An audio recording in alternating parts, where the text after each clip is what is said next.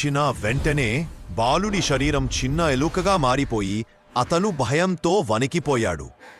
తన రూపం చూసి ఎలుక వేదనగా ఏడవగా ఋషి గంభీరంగా, నీ నోటి మాటలే నీకు ఈ శాపం తెచ్చాయి అని చెప్పాడు. భయంతో వణికిపోయిన ఎలుక అడవిలోకి పరిగెత్తి ఒక మూలలో దాక్కుంది. అప్పటినుంచి ప్రతి చిన్న శబ్దం కూడా అతనికి ప్రమాదంగానే అనిపించింది. రోజులు దాటాయి, నెలలు మారాయి, సంవత్సరాలు కూడా గడిచిపోయాయి.